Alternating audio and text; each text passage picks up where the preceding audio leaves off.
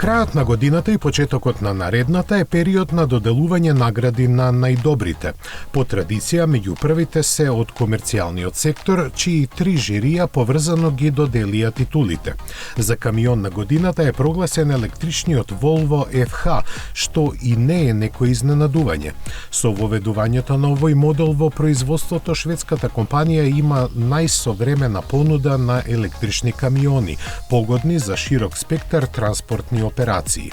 Заради тоа и држи монополски 49% од пазарот на електрични камиони во Европа.